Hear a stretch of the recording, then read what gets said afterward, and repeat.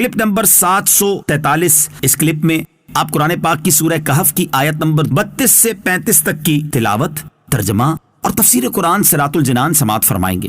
بسم اللہ الرحمن الرحیم۔ ترجمہ: اللہ کے نام سے شروع جو نہایت مہربان رحمت والا ہے۔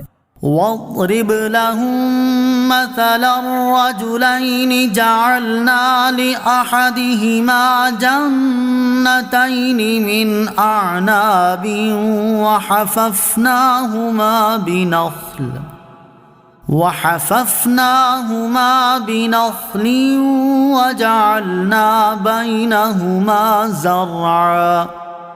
ترجمہ: اور ان کے سامنے دو آدمیوں کا حال بیان کرو کہ ان میں سے ایک آدمی کے لیے ہم نے انگوروں کے 2 باغ بنائے اور ان دونوں باغوں کو کھجوروں سے ڈھانپ دیا اور ان کے درمیان میں کھیتی بھی بنا دی۔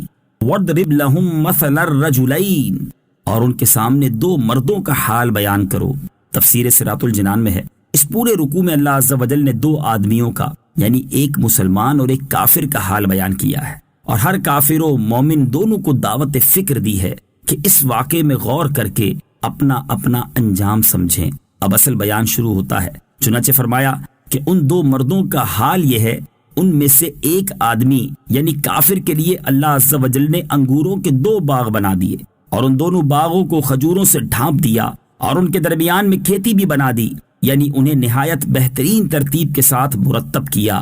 آس پاس سبز باغ ہو اور بیچ میں ہرا بھرا کھیت ہو تو دیکھنے میں بہت ہی خوشنما معلوم ہوتا ہے، اور اس سے مالک اپنی تمام ضروریات پوری کر لیتا ہے۔ کھیت سے غذا اور باغ سے پھل حاصل ہوتے ہیں۔ مجتہد کا قیاس برحق ہے۔ اس آیت میں مسلمان اور کافر کو 2 آدمیوں کے احوال پر اپنی حالت کو قیاس کرنے کا فرمایا گیا۔ اس سے معلوم ہوا کہ قیاس مجتہد برحق ہے۔ كلتا الجنتين آتت أكلها ولم تظلم منه شيئا وفجرنا خلالهما نهرا وكان له ثمر فقال لصاحبه وهو يحاوره أنا أكثر منك مالا وأعز نفرا۔ ترجمہ: دونوں باغوں نے اپنے اپنے پھل دے دیے اور اس میں کچھ کمی نہ کی، اور دونوں کے بیچ میں ہم نے ایک نہر جاری کر دی۔ اور اس آدمی کے پاس پھل تھے تو اس نے اپنے ساتھی سے کہا، اور وہ اس سے فخر و غرور کی باتیں کرتا رہتا تھا، اس سے کہا میں تجھ سے زیادہ مالدار ہوں اور افراد کے اعتبار سے زیادہ طاقتور ہوں۔ کلتا الجنتین، دونوں باغ۔ تفسیر صراط الجنان میں ہے، ارشاد فرمایا کہ دونوں باغوں نے اپنے اپنے پھل دے دیے اور اس میں کچھ کمی نہ کی، اور دونوں کے بیچ اللہ تعالیٰ نے ایک نہر جاری کر دی، یعنی کھجور اور انگور۔ دونوں باغوں میں ہی خوب بہار آئی، پھل خوب لگے، جبکہ باغ کے بیچ میں موجود نہر نے باغ کی خوبصورتی اور زینت میں بھی اضافہ کر دیا، اور وہ باغ کے تر و تازہ رہنے کا باعث بھی ہوئی۔ وَكَانَ لَهُ ثَمَرٌ، اور اس کے پاس پھل تھے۔ تفسیر صراط الجنان میں ہے، مزید فرمایا کہ اس باغ والے کافر آدمی کے پاس باغ کے علاوہ اور بھی بہت سا مال و اسباب جیسے سونا، چاندی وغیرہ ہر قسم کا مال تھا، تو وہ اپنے مسلمان ساتھی سے اتراتے ہوئے اور اپنے مال پر فخر کرتے ہوئے کہنے لگا، اور وہ اس سے فخر و غرور کی باتیں کرتا رہتا تھا۔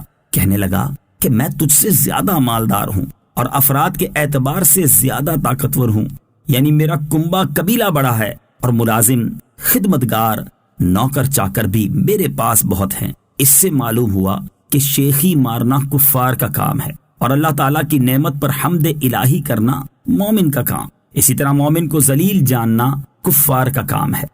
وَدَخَلَ جَنَّتَهُ وَهُوَ ظَالِمٌ لِّنَفْسِهِ قَالَ مَا أَظُنُّ أَن تَبِيدَ هَٰذِهِ أَبَدًا۔ ترجمہ: اور اپنے باغ میں گیا حالانکہ وہ اپنی جان پر ظلم کرنے والا تھا، کہنے لگا میں گمان نہیں کرتا کہ یہ باغ کبھی فنا ہوگا۔ وَدَخَلَ جَنَّتَهُ، اور وہ اپنے باغ میں گیا۔ تفسیر صراط الجنان میں ہے، یہاں سے اس کافر کی غافلانہ باتوں کی ابتدا ہوتی ہے۔